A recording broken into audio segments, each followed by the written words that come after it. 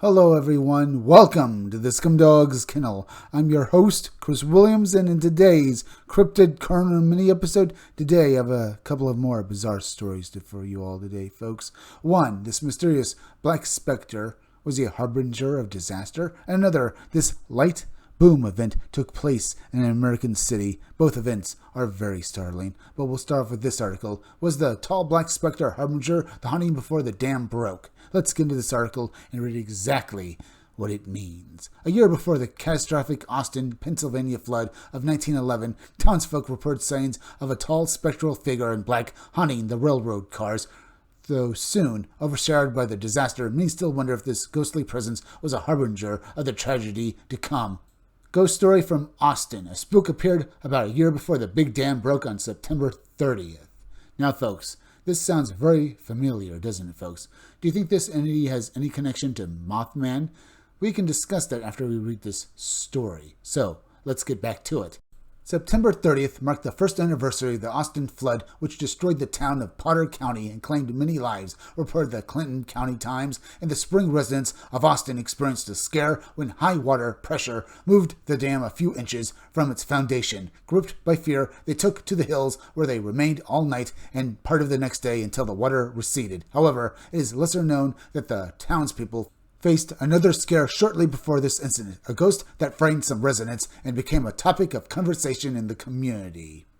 During the Hills evacuation, a young man traveled to Lock Haven to inform his sister, who, along with her family, was very anxious due to the numerous rumors circulating. One rumor claimed that the dam had broken, resulting in horrific consequences. Before returning to Austin, the young man shared his experiences of the night spent on the hill in the chilly rain, anticipating the dam's collapse and fearing that the rushing water would sweep away their homes and businesses. He also mentioned the ghost and recounted how the ghostly tales had captivated the town until the looming threat of the dam overshadowed them.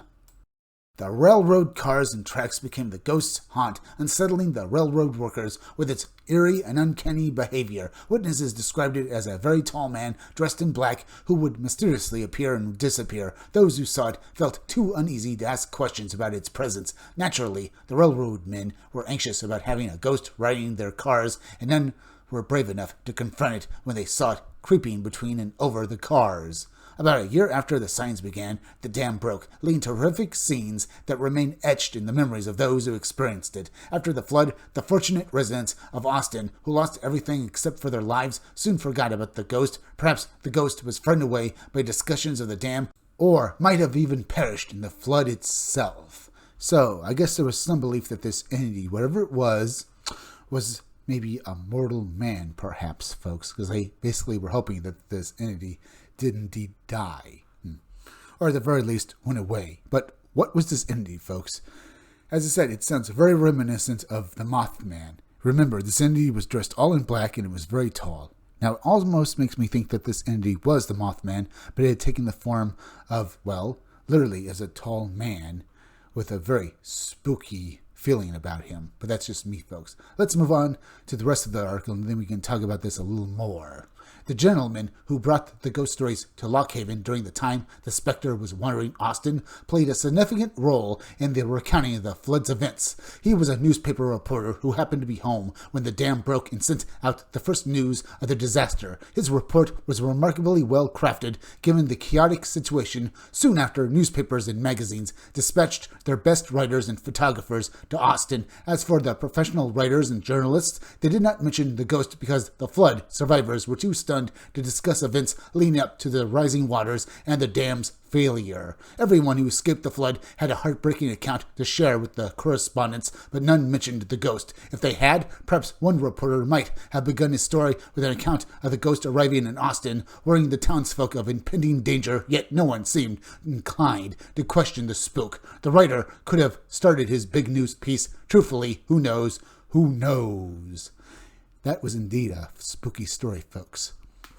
What was this being? Perhaps it was some sort of harbinger that was there to warn the townspeople. It feels very reminiscent of the Silver Bridge collapse in Point Pleasant, West Virginia. At least that's what I think, folks. Either way, let's now move on to the next article. Seattle 2007 mystery light boom, meteor cover-up, or something else? And here exactly what happened back in 2007 about this particular case. Let's get into it now. In 2007, a Seattle resident and her friend, miles apart, simultaneously witnessed an intense white light that blinded them for seconds, followed by a deafening boom, yet the event vanished from news archives within hours. Was this truly a meteor strike near Portland, or does the disappearance of the official report suggest something far stranger?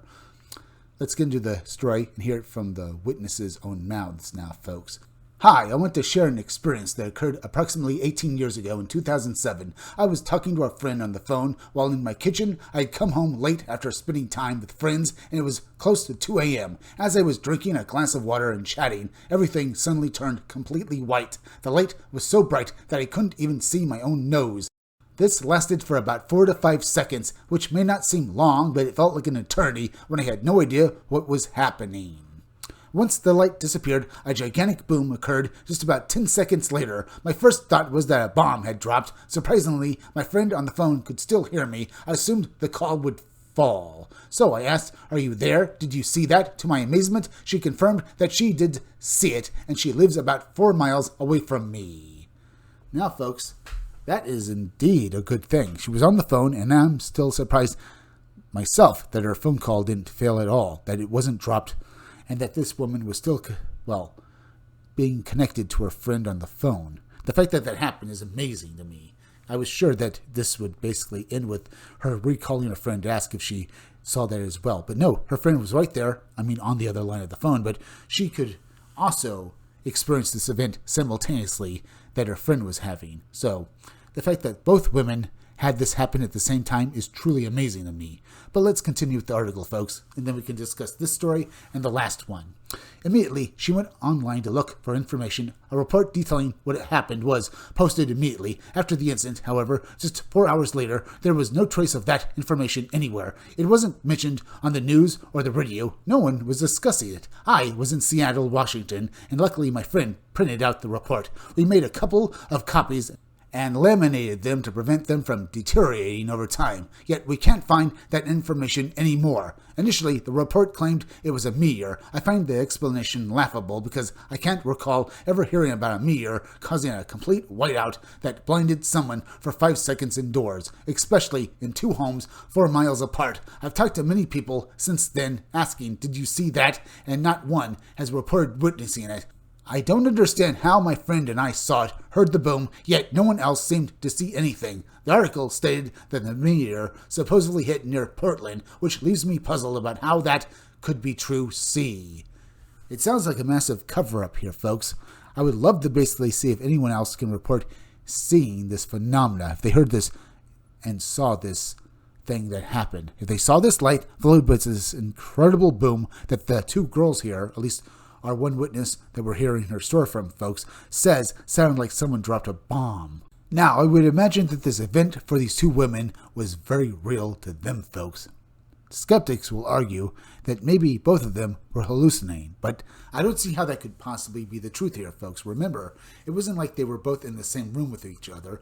They were both talking on the phone, yet they both completely experienced the same thing. This light followed by this incredible boom. So it isn't like it was a gas leak or anything like that, folks, unless you think that both women were experiencing some sort of, gas and possibly some sort of hallucinogenic effect at the same time, and they both hallucinated the same thing, which doesn't seem even remotely possible. So I think there is indeed something going on here, folks. Maybe this was some sort of alien incident, some sort of incident with something falling out of the sky, like, say, a crashing UFO? Perhaps. And what about that tall black specter we talked about earlier, folks? Much like this story, folks, the fact that, it's not widely known is truly a little concerning. You'd think some of the witnesses to it would have basically made the story a little more famous, at least over the years since. But folks, we're at the end, so please go subscribe to my YouTube channel, Read Comics They're Bad For You. You can use the YouTube link down below in the descriptions or the chat to go subscribe to me. Hit that like button for me. Make sure you're still subscribed. Leave some comments down below. Hit that bell for notifications. Make sure that the part of the bell, they'll give you all future notifications, and please share this video out. I'm Chris Williams from the Scumdogs Kennel. Thank you all for joining me. I'll be back again tomorrow with another great video, so be sure to come back again then. Till next time, folks, I'll see you all again soon.